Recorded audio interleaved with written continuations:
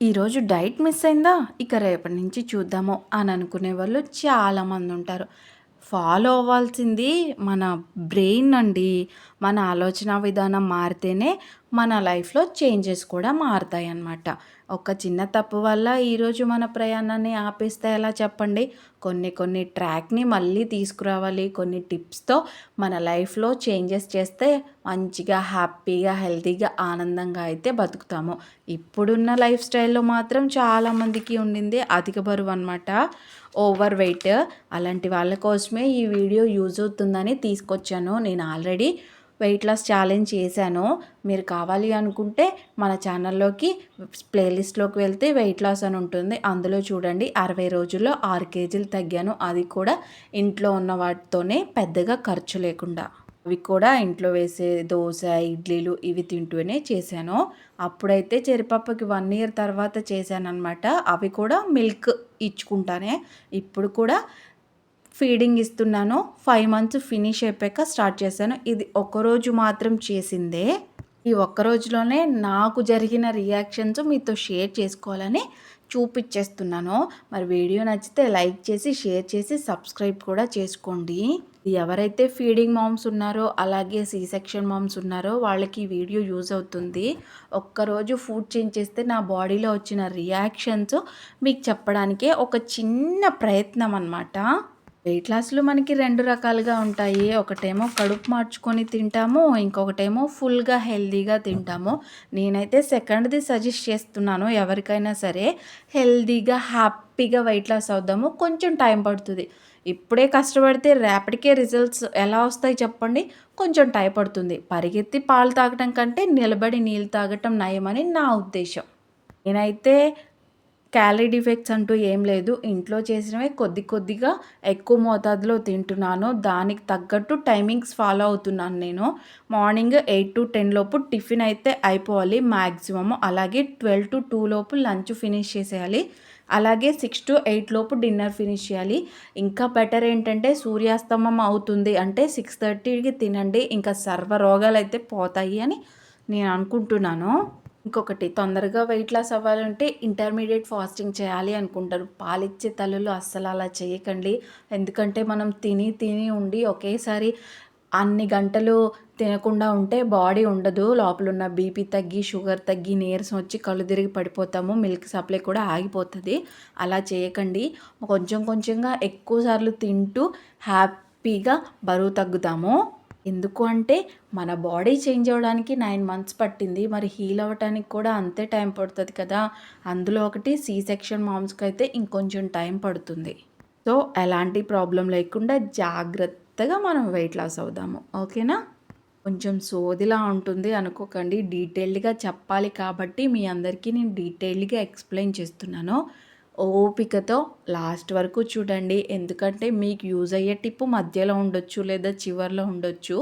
అందుకని చెప్తున్నాననమాట. ఫస్ట్ మనం weight loss అవ్వాలి అనుకుంటే అసలు చేయాల్సినవి మినిమమ్ థింగ్స్ ఏంటంటే మన తిండి విషయంలో టైమింగ్స్ ఫాలో చేయాలి. ఆ తర్వాత వాటర్ ఇప్పుడు సమ్మర్ కాబట్టి మినిమమ్ 5 లీటర్స్ ఉండేలా చూసుకోవాలి. ఫుడ్డు ఇంట్లో చేసిన ఫుడ్డే కొంచెం కొంచెంగా తినాలి. అలాగే వర్కౌట్స్ చేయాలి. ఈ సి సెక్షన్ మామ్స్‌కి ఆ నార్మల్ డెలివరీ అయిన మామ్స్‌కి కూడా మనం యూట్యూబ్‌లో సెర్చ్ చేస్తే మంచి మంచి వర్కౌట్స్ వస్తాయి. బిగినర్స్ వర్కౌట్స్ అవి చూసి చేయండి. అలాగే మంచి స్లీపింగ్ అనమాట. అంటే రెస్ట్ అని ఉద్దేశం. సో, యోగా నిద్రపోండి. మంచిగా రిఫ్రెష్‌మెంట్ ఉంటుంది. ఎందుకంటే చిన్న పిల్లలతో మన స్లీప్‌లెస్ నైట్స్ ఉంటాయి. అటు ఇటుగా అవుతూ ఉంటుంది టైమింగ్స్ కాబట్టి. సో, జాగ్రత్తగా ఏదైనా మనం చేసుకునే దానిలోనే ఉంటుంది. నాకు కుదరదు, కుదరదు అని చాలామంది అంటారు. కుదుర్చుకుంటే ఎందుకు కుదరదు చెప్పండి? ఒకటి గుర్తుపెట్టుకోండి. మన ఆలోచన విధానంలోనే ఏదైనా ఉంటుంది. చెయ్యాలి అని సంకల్పించుకుంటే అందులో ఒకటి కన్సిస్టెన్సీ ఈజ్ మోర్ ఇంపార్టెంట్. నేనైతే వెయిట్ లాస్ ఎందుకు అవ్వాలి అనుకుంటున్నాను అంటే నేను స్ట్రాంగ్ మామ్‌గా బికేమ్ అవ్వడానికి. అలా అని తినకుండా పస్తులుండి నా పిల్లని ఇబ్బంది పెట్టట్లే, నేను ఇబ్బంది పడట్లేదు. పుష్టిగా తింటూ, హ్యాపీగా తింటూ, ఆనందంగా లోపలున్న కొవ్వునైతే కరిగించేసుకుందాం అనుకుంటున్నాను. ఇంకా లేట్ చేయకుండా నేనేం తిన్నాను, ఇప్పటివరకు నాకు ఏ రియాక్షన్స్ వచ్చాయి అనేది ఈ వీడియోలో అయితే చూపించేస్తాను. ఓకేనా? బాగా సాగదీసుంటే ముందుగానే క్షమించండి. నేనైతే ఏం తిన్నాను, ఏ టైంకి తిన్నాను అనేది ప్రతిదీ ఈ వీడియోలో చూపిస్తాను మీకు. పొద్దున్నే గోరువెచ్చని నీళ్ళల్లో డీటాక్స్ డ్రింక్ అయితే తీసుకుంటున్నాను. డీటాక్స్ డ్రింక్ ఆ ఇంట్లో ప్రిపేర్ చేసింది ఇది.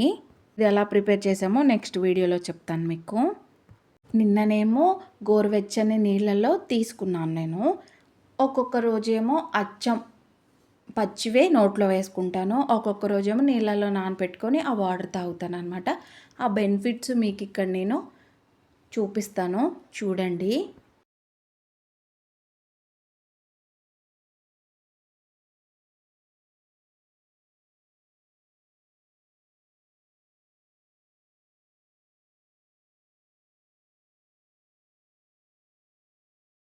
ఇంకా వాటర్ తాగాక 2 నిమిషాలు వాకింగ్ చేసి, 5 నిమిషాలు స్ట్రెచెస్ చేసి, 10 మినిట్స్ మామీ పోచ్ వర్కౌట్స్ చేస్తున్నాను.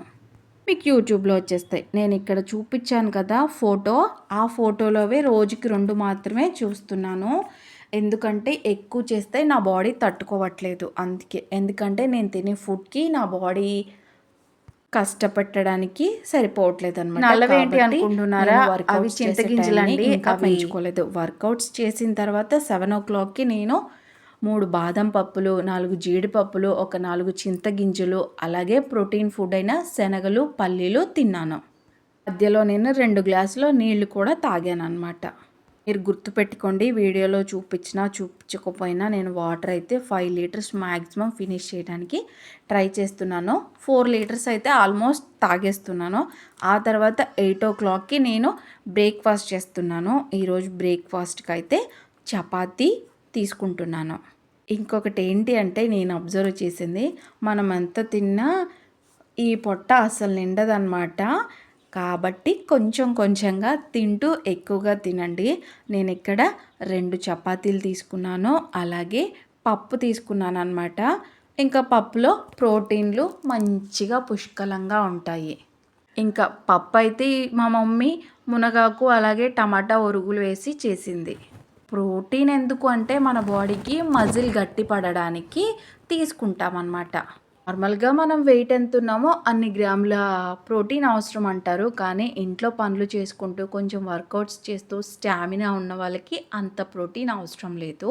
కొంచెం తీసుకుంటే సరిపోతుంది. ఇంకొక విషయం, తినేటప్పుడు ఫోను టీవీ చూడకండి. అలా తిన్నప్పుడు ఎంత తింటున్నామో అర్థమవుదు. ప్రశాంతంగా కూర్చొని ఏం తింటున్నాము అనేది నమిలి తినండి. అప్పుడు తినేది వంట పడుతుంది.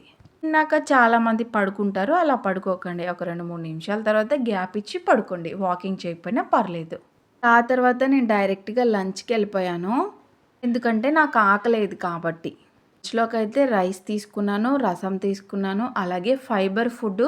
నాకు ఇంట్లో కీరా దోస, క్యారెట్ అవైలబుల్లో లేవు, ఓన్లీ ఆనియన్స్ ఉన్నాయి. అందుకే ఆనియన్స్ని అలాగే పప్పు వేసుకొని తిన్నాను అనమాట. ఈ ఫుడ్ అయితే నాకు సరిపోతుంది. ఎందుకంటే 1:2 రేషియోలో తింటాను కాబట్టి. అన్నం ఒక ముద్ద అయితే 2 ముద్దల కూర తింటాను కాబట్టి నాకు కడుపు నిండుగా సరిపోతుంది. నాకు ఇంకోటి ఏంటి అంటే నాకు మళ్ళీ తినాలి అనిపించదు. అందుకే నేను ఒకేసారి నా బాడీలో అయితే పట్టించేస్తాను వీటిని. ఇంకా నా లంచ్ అయితే నేను ఎగ్జాక్ట్గా 12:30కి ఫినిష్ చేసేసాను అనమాట. పిల్లలు పడుకున్నప్పుడే తినేసేయండి. మంచిగా కూల్గా కూర్చొని తినగలం, లేదంటే హడావుడి గబగబా తినేస్తాము. పిల్లలు పడుకున్నప్పుడే అన్నం తినండి. నేను మళ్ళీ 4:00కి ఆకలేస్తే ఓన్లీ పాలు తాగాను. 7:00కి కారపొడి, నెయ్యి, అన్నం అయితే తినేసాను అనమాట. అంతే అండి ఈరోజైతే తినింది. ఇంకా రియాక్షన్స్ వచ్చేసరికి ఇన్నారికైతే ఏం డైజెషన్ ప్రాబ్లమ్స్ రాలేదు. కానీ నాకే కొంచెం బాడీ పెయిన్స్ అనిపించాయి. మేబీ మునగాకు తినడం వల్ల. అంతే, అంతకు మించి డే 1 అయితే ఎలాంటి ప్రాబ్లం లేకుండా పర్ఫెక్ట్గా జరిగింది. ఇక్కడ ఏం తిన్నానో, ఎలా తిన్నానో, ఎన్ని వర్కౌట్స్ చేశానో అనేది, ఏ టైంకి అనేది రాసుకున్నాను అనమాట. సో డే 1 అయితే ఇలా ఫినిష్ అయిపోయింది. సో చూస్తారు కదా, ఇదండి వీడియో అయితే. ఐ హోప్ నచ్చిందని అనుకుంటున్నాను. నాకు తెలిసి ఇంత ల్యాగ్ మీరు చూసుంటారు వీడియో. ఇంకో వీడియోతో మేము ముందుంటాను. అంతవరకు బాయ్.